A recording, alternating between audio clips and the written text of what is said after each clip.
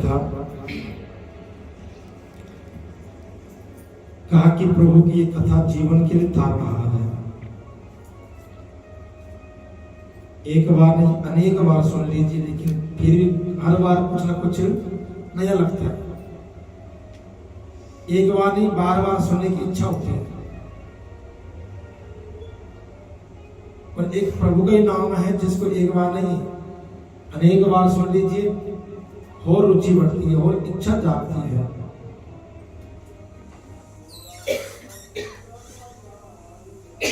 हम कहा कि संसार का भोग कर ले, संसार का खान पान कर ले, लेकिन उसमें भी एक समय ऐसा आता है जब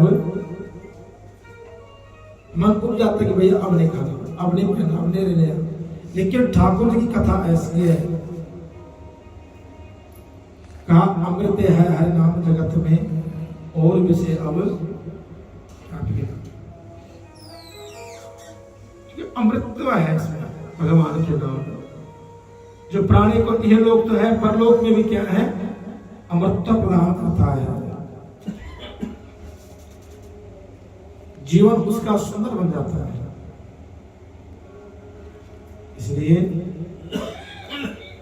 प्रभु से ही प्रार्थना की जितना हो सके हो, सदैव अपनी भक्ति और अपनी नाम की कृपा हमारे इस मुख पे, हमारी वाणी पे बनी रहे। कहा कि सबसे बड़ी विपत्ता है इंसान के जीवन में, वो है भगवान को भूल जाना। जिसने भगवान को याद रखा, समझना उसको सब कुछ याद है। लेकिन जो परमात्मा को ही भूल गया, समझना फिर जीवन गड़बड़ है भैया। तो आओ इसी भाव को ले चले आगे। कल हम लोगों ने कथा श्रवण की थी कि भगवान कृष्ण सत्यभामा जी को समझा रहे कि देवी कि कर्म इंसान को ध्यान से करनी चाहिए, सत्कर्म और पाप।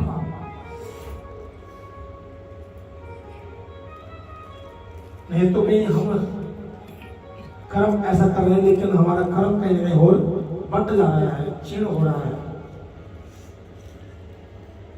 जैसे कि पहले के नियमों में आप सुना, कार्तिक मास के व्रत पूजन का फल और उसका पुण्य बड़ा विशेष है।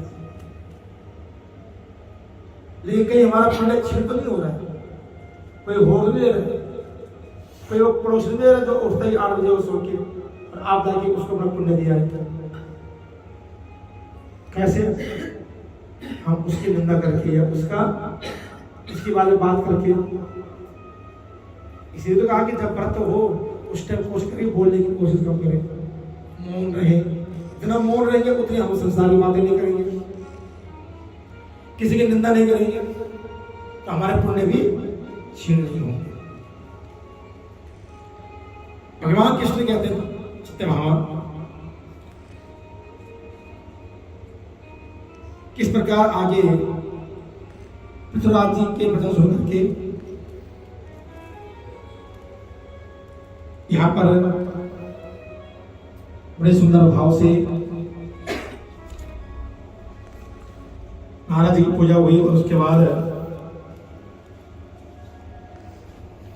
कहा कि जो पुण्य कर्म करते हैं उसका छठा हिस्सा कहीं ना कहीं हम किसी न किसी को बांट देते हैं। कैसे बढ़ते हैं वो सुनो कि पुरावंति पुरे कश्चिद विप्र आसीदनेश्वरा ब्रह्म कर्म परिभ्रष्टा पाप कर्मा सुधर्मति। और कल कथा में एक चीज होता ही थी कि कहीं पर पूजा पाठ हो रही हो, कथा हो रही हो, सत्संग हो रहा हो, कहा कि उसको देखना और उसको सुनने से भी अनंत फल है। बड़े यज्ञ चल रहा हो रोहित, और हम रोज मंत्र चल रहे हो और मंत्र धुनी जा रही हो कान में, तो हमारे कान में ऐसे ही पवित्र हो जाते हैं। देखने का अलग फल है। और यात्रा करोगे, उस जगह में अपना भूमिका निभाओगे, सेवा प्रदान करोगे, उसका तो फल ही। तो वही भगवान कृष्ण कहते हैं सत्यभामा कि उज्जैन नगरी में एक ब्राह्मण थे, जाति के ब्राह्मण थे, कर्म के नहीं, जिसका नाम था धनेश्वर। धनेश्वर तो धन का ईश्वर था, मतलब व्यापार करने में, खूब पैसे कमाने में बड़ा माहिर था। कहा कि ब्राह्मण के लिए कर्म है कि वो ज्ञान का प्रचार करे, शास्त्र का प्रचार करे, अपना ज्ञान बांटे, धर्म गुरु बन करके।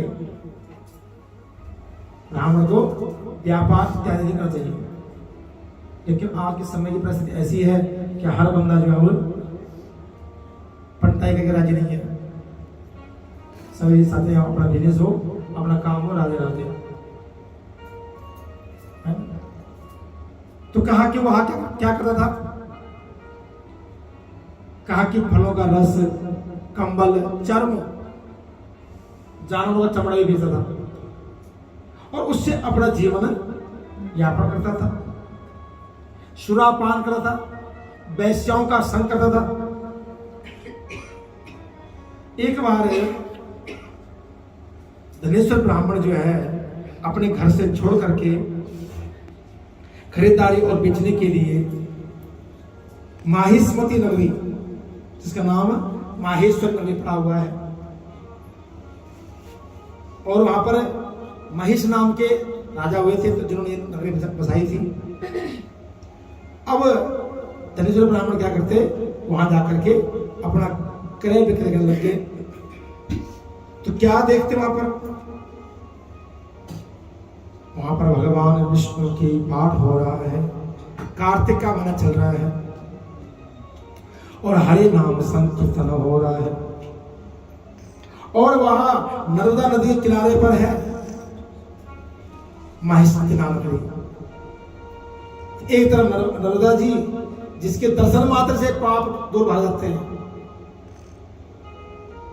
गंगा जी तो तारणहार है, लेकिन नर्मदा जी ऐसी हैं जिनके दर्शन मात्र से केवल। आज वो लोग नर्मदा नदी के तट की परिक्रमा करते हैं और नर्मदा नदी के तट की परिक्रमा बहुत लंबी है, कम से कम से 1.5 महीना लगता है, 1.5 महीने पूरा, 1.5-2 महीने में परिक्रमा पूरी होती है। हमारे कई मित्र संत हो गए हैं जिन्होंने उनकी परिक्रमा करी है। जो लोग तेज चल पाते हैं तो 3 4 महीना, 6 महीने लग जाते हैं। तो कहा उस नदी के तट पे बैठे हुए हैं और वहां अपना जो है सामान, क्योंकि मेला लगता है कार्तिक के महीने में। कई जगह ऐसे हैं जहां अभी भी कार्तिक के महीने में खूब धूम मची हुई है, खूब मन लगा हुआ है। अब परसों हम गए थे तो वहां भी देखा ना, मेरी तैयारी हो रही है, 5 दिन मेला लगता है खूब। वहां पर संगत आती है, संत आते बाहर से स्नान के लिए। हम तो बड़े टाइम पे चले वापस आ गए, नहीं तो वहीं फंस जाते हैं। कुछ देर लिए तो हमारी बात चली गई थी, फटाफट आज वापस आने तैयार हो गई थी, आधे घंटे में हम वापस जा रहे हैं। तो तक बस वाला ही भागते बेचारा बड़ोदा दे रहा है। और अगर भीड़ बहुत होती तो फिर कहाँ पकड़ते किसी को, कहाँ संभालते? तो कोशिश करें कि जब ज्यादा सवारी हो तो उसने भीड़ को ऐसे टाइम पर जाए, धक्के मुक्के में फिर आनंद नहीं आता। और पिताजी की जेब भी कट गई, 5500 रुपये किसी निकाल दिए, निकाल के जब 500 लेकिन दूसरा कहते नहीं 500 कम बता देगा था। तीर्थ यात्रा में सारे निकालो बाहर, उसने कोई अच्छा ही होगी ठाकुर जी की। तो कहने का भाव यह है कि उस नदी का बड़ा प्रभाव है, बड़ा कृपा है। अब लोग वहां पर रोज स्नान कर रहे हैं नदी के तट पर, साथ में संकीर्तन चल रहा है, कथा चल रही है और धनेश्वर ब्राह्मण उन सबको देख रहा है। और 1 मास बीत गया। कितना? अब 1 मास जब बीतने पर आया तो उद्यापन का समय आया। कहा ना कि कार्तिक की पूर्णिमा हो तो चतुर्दशी से लेकर पूर्णिमा तक बड़ा विधान है उसका। अब सुना है शुरू महात्मा में कैसे नियम करने चाहिए। वहां पर सबने जो है चतुर्दशी के दिन सारे व्रत रखा, रात जागरण किया। पूर्णिमा से दिन यज्ञ हुआ, गौ माता का पूजन हुआ, गोदान हुआ और खीर का प्रसाद बटा उस दिन। लेकिन जो ब्राह्मण था, दशरथ ब्राह्मण, ये देखता रहा, देखिए क्या क्या हो रहा है। जब तक भीड़ रहेगी तब तक दुकान वाला वहां खा रहेगा कि सामान बिक जाएगा।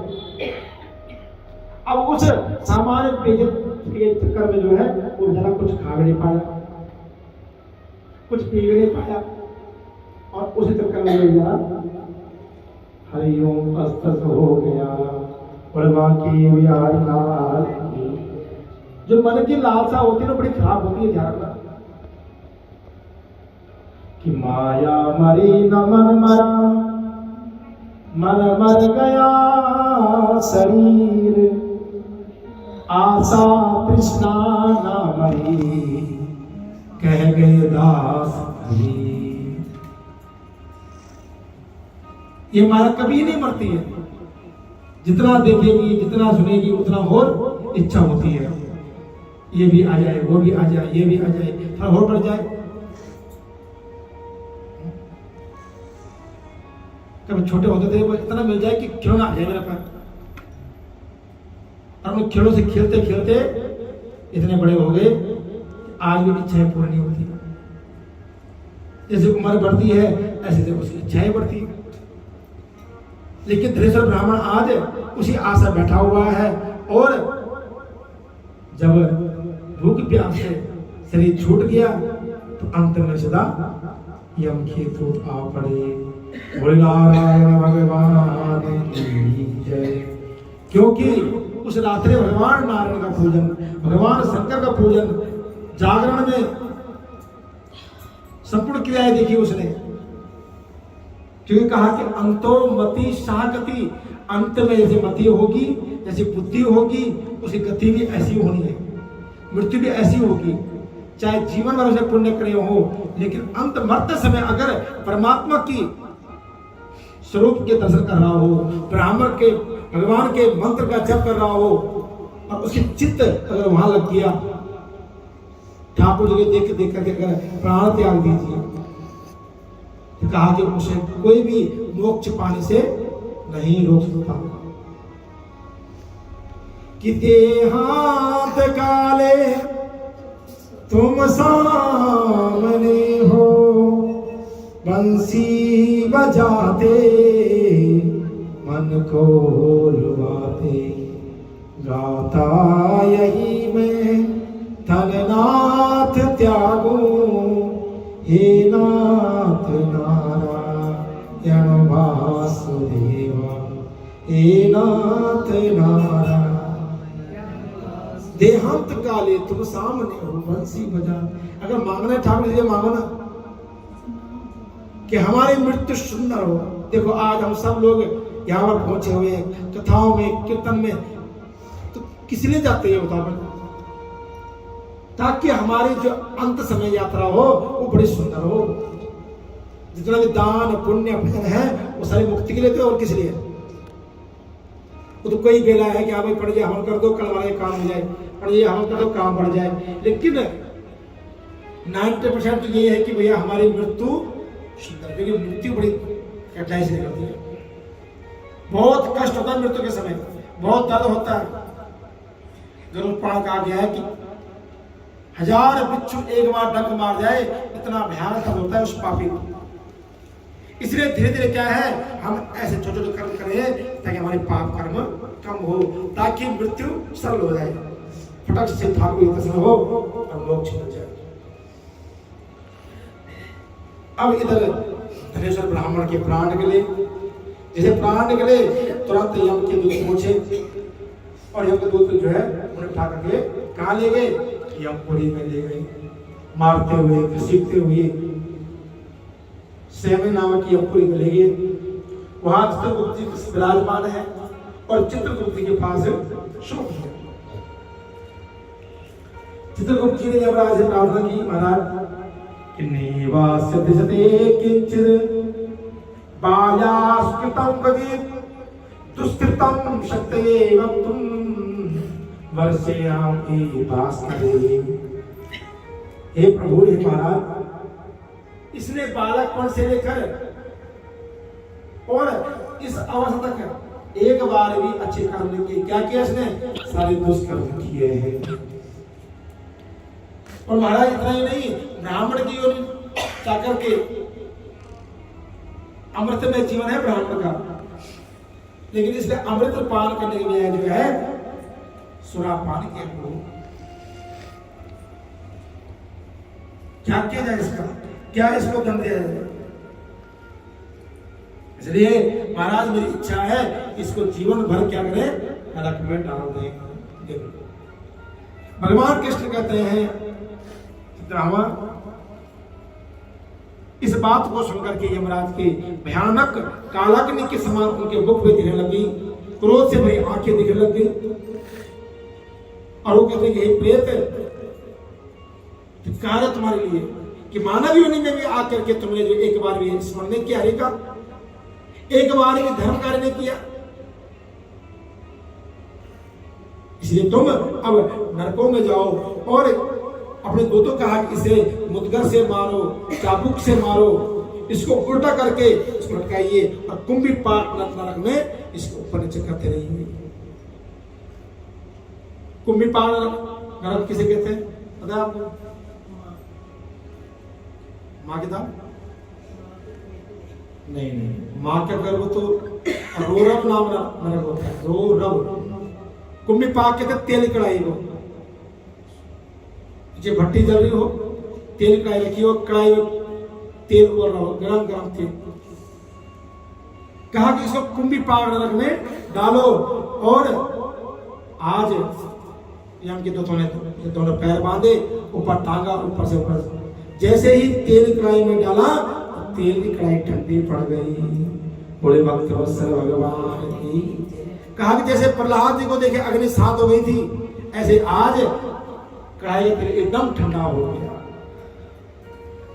यमराज के दूत सब हैरान, यमलोक में आया प्राणी पहली बार ऐसे कुछ हुआ है? और तुरंत भागे भागे गए यमराज जी के पास, महाराज ऐसा कार्य हो रहा है जो कभी देखा नहीं आज तक यमलोक में, क्या हुआ? महाराज जैसे हमने जो है उस ब्राह्मण की आत्मा को उसमें डाला, लेकिन वो ठंडा हो गया। यमराज जी हैरान हो गए, लेकिन हैरान जब हो रहे थे तो उसी टाइम तुरंत आकाश में से क्या हुए कि नेवायम निर्यान भोक्त महोहारण्य नंदना यस्मादंतस्य संजातम कर्म यज्ञ पायम। तुरंत उसी टाइम नारद जी पधारे हैं यमलोक में। नारायण नारायण नारायण कहते हुए पूछे, कहा रे धर्मराज जी क्या कर रहे हो? ये पुण्यात्माएं हैं और तुम पुण्यात्मा को कुंभी पाक नरक में डाल दो।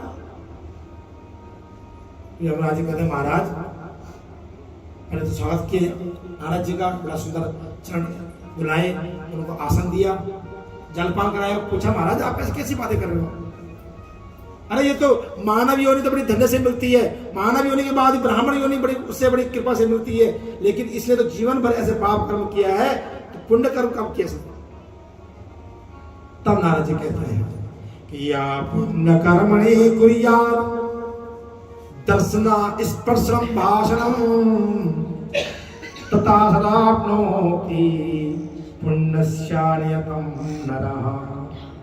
नारद कहते हैं धर्मराज जी, अरे इसने भले पुण्य कर्म ना किया हो, लेकिन इसने पुण्य कर्म करते को देखा है, उसको सुना है, उसको जाना है और उसको पहचाना है। कहा कि मनुष्य के दर्शन, स्पर्श और संभाषण, मैंने कहा नहीं बात करना। अगर आप किसी पापी से भी बात कर रहे हो, किसी पापी की भी बात कर रहे हो, आप पुण्य तुरंत उसको भी बट जाएगा। इसलिए थोड़ा बोलो भैया, कम बोलो, बोलो राधे राधे।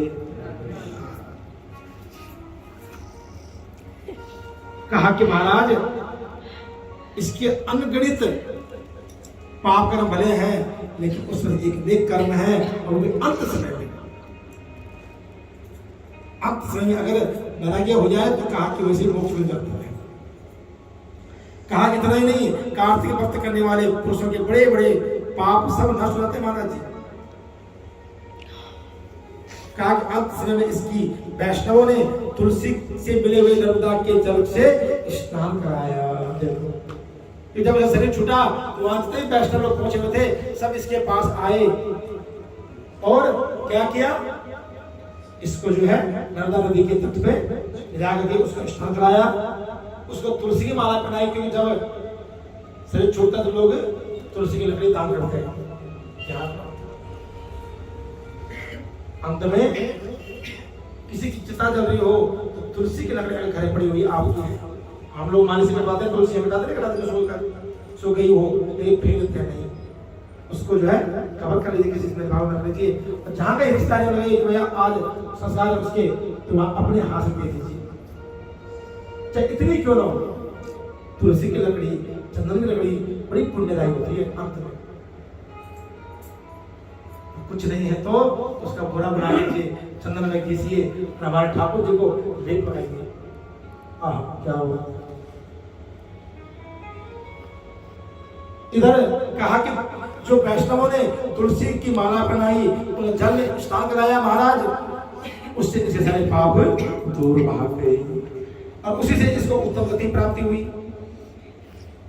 कहा कि जैसे गीले सूखे पापों से नरक भोगना होता है, वैसे ही सुकृत और दुष्कृत कर्म करके इंसान मोक्ष पाता है। स्वीकृत कहते हैं जो स्वीकारने योग्य कर्म हो, दुष्कृत कहते हैं जो स्वीकारने योग्य हो, जिसको हमारा मानना माने ना करने भैया। तो दो तरह के कर्म है जीवन में, कर्म भी दो तरह के हैं, स्वीकृत और दुष्कृत। कहा महाराज इससे इसको अच्छे फल की प्राप्ति हुई है। इस समय के मुख में लोगों ने, वैष्णवों ने तुलसी का जल डाला है। अब कार्तिक का महीना है भैया, तो तुलसी तो आम बात है, हर घर में तुलसियां हैं, हर घर में पूजा हो रही है, जल पा रहे लोग तुलसी में। इसलिए इसकी उपलब्धि क्या है, पुण्य कर्म से पूर्ण हो गई और ये जो है वैकुंठ के अधिकारी है। धर्मराज ने आज हाथ जोड़े हैं और धनेश्वर ब्राह्मण को दोबारा से बुलाया गया, बुलाया उसको और कहा कि हम आपको नहीं, यहाँ हम लोग इसलिए लाए कि आपको ताड़ना करेंगे, आपको मारेंगे। महाराज आपको तो घुमाने नहीं लाए आप, कि आप वैष्णव हो, देख लो जब गलती हो जाए तो क्या करना चाहिए, प्रायश्चित करो आप हंस करके, खूब मक्खन लगाओ उसमें। तो आज यमराज जी और उनके चेले क्या कर रहे हैं, बड़ा मक्खन लगा रहे हैं ब्राह्मण देवता पे कि महाराज आपको घुमाते, आप देखो जरा यम लोग कितना भयानक है। देखो महाराज यहाँ इनके पहाड़ रखा है, यहाँ 80 रंग के पत्र है, बहुत बड़ा वृक्ष होता है जिसमें आग निकलती पेड़ में, है ना। अलग अलग नरक है, 21 नरक का वर्णन आया शास्त्र में विशेष। वैसे तो 84 लाख नरक है, लेकिन 21 वो मुख्य रूप से। तो उन नरकों के बारे में हम कल जानेंगे, कहाँ कहाँ घूमे ब्राह्मण देवता। कहने का भाव यह है कि हमारा पुण्य कर्म अगर अंत में भी थोड़ा सा हो जाए और सच्चे भाव से हो जाए, कहा कि भगवान का दर्शन, भगवान की पूजा, भगवान का मंत्र, चाहे तुम सात्विक भाव से जपो, चाहे भूल से जपो, चाहे गलती से जप लो, लेकिन वो उसका स्वभाव है आग पाप कर्म को धोना, जैसे अग्नि का स्वभाव होता है। एक बंदे जलाया है अग्नि को और हाथ सेकने लिए, लेकिन अग्नि का भाव स्वभाव क्या है, किसी को भी जला देगी, जो पार जाएगा राधे राधे हो जाएगी। ऐसे भगवान का स्वभाव भी है कि जब आप उसे मंत्र जप करेंगे, चाहे भलाई से करो चाहे बुराई से करो, लेकिन आपके पाप धुले जाएंगे। जैसे किसान का भाव होता ना, 2 मुट्ठी बीज लिए और ऐसे फेंकता है जमीन पर, कोई उल्टे पड़ते कोई उल्टे पड़ते, लेकिन उनका भाव ये है जमीन के बहुत बढ़िया पैसा निकलती है। बोले बाकी बिहारी लाल। तो कल नरकों का भ्रमण करेंगे, कौन कौन से नरक कहाँ कहाँ और कैसे हैं, किस लिए बनाए गए हैं, इसके बारे में हमको बताएंगे। बादला की कर्मों का खेल है सब, मानव योनि में आना, भगवान की भक्ति पाना, भगवान की कथा सुनना है। तो हजारों लोग यहाँ पर, हम इतने ही क्यों है, और भी आ सकते थे। अब मैं इस ग्रुप में तुम्हारे कितने बंदे हैं, 48 बंदे हो गए ग्रुप में, देख लो 50 हो गई, कल वहाँ बढ़ गए, आने के 25 ही आए, 25 बाकी है। तो वहाँ अभी तो सारे पुण्य आत्मा नहीं हो सकती है, सारे थोड़ा बैलेंस लगा चलेगी नहीं पृथ्वी में। सब पूजा करने लग गए तो पाप हो करेगा, फिर जगह पढ़ना भारी हो जाएगा धर्म का, इसलिए पढ़ना दोना चाहिए बराबर बैलेंस। तो हमारे कितने हो गए? 50 हो गए, 52 हो गए, आधे इधर आ गए, आधे वहां रह गए। बोलो बाकी बिहारी लाल की। इसलिए इस शरीर का बड़ा मोल है, इसका समझिए कि जिंदगी किराए का घर है, एक ना एक दिन बदलना पड़ेगा, एक ना एक दिन बदलना पड़ेगा। जिंदगी किराए का घर है, एक ना एक दिन बदलना पड़ेगा, एक ना एक दिन। मौत जब तुझको आवाज देगी, मौत जब तुझको आवाज देगी, घर से बाहर निकलना पड़ेगा, घर से बाहर। मौत जब तुझको आवाज देगी, घर से बाहर निकलना पड़ेगा, घर से बाहर। मौत का जब बजा सिर पे डंका, भूख की पल में सोने की लंका। मौत का जब बजा सिर पे, भूख की पल में सोने की लंका, भूख की पल में सोने की लंका। कर गई मौत रावण का अंका, कर गई मौत रावण का अंका। वैसे तुझको भी चलना पड़ेगा, वैसे तुझको भी। जिंदगी किराए का घर है, एक ना एक दिन बदलना पड़ेगा, एक ना एक दिन। रात के बाद होगा सवेरा, रात के बाद होगा सवेरा। देखना हो अगर दिल सुनेरा, देखना हो अगर दिल सुनेरा। रात के बाद होगा सवेरा, देखना हो अगर दिल सुनेरा, देखना हो अगर दिल सुनेरा। पाँव फूलों पे रखने से पहले, पाँव फूलों पे रखने से पहले, तुझको कांटों में चलना पड़ेगा, तुझको कांटों में चलना पड़ेगा, तुझको कांटों में चलना पड़ेगा, तुझको कांटों में चलना पड़ेगा। मौत जब तुझको आवाज देगी, मौत जब तुझको आवाज देगी, घर से बाहर निकलना पड़ेगा, घर से बाहर निकलना पड़ेगा। ये जवानी है दो दिन का सपना, ये जवानी है दो दिन का सपना। ढूंढ ले चलते राम को अपना, ढूंढ ले चलते। ये जवानी है दो दिन का सपना, ये जवानी है का सपना। ढूंढ ले चलते राम को अपना, ढूंढ ले राम को अपना, ढूंढ ले चलते राम को अपना, ढूंढ ले चलते राम को अपना। ये जवानी अगर ढल गई तो, ये जवानी अगर ढल गई तो, उम्र भर साथ मलना पड़ेगा, उम्र भर हाथ मलना पड़ेगा, उम्र भर हाथ मलना पड़ेगा।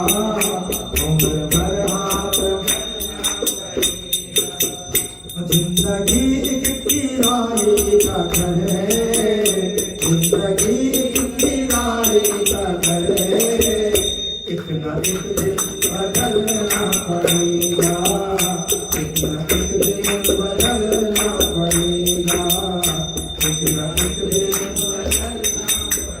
इसलिए बोलो ओम नमो भगवते वासुदेवाय,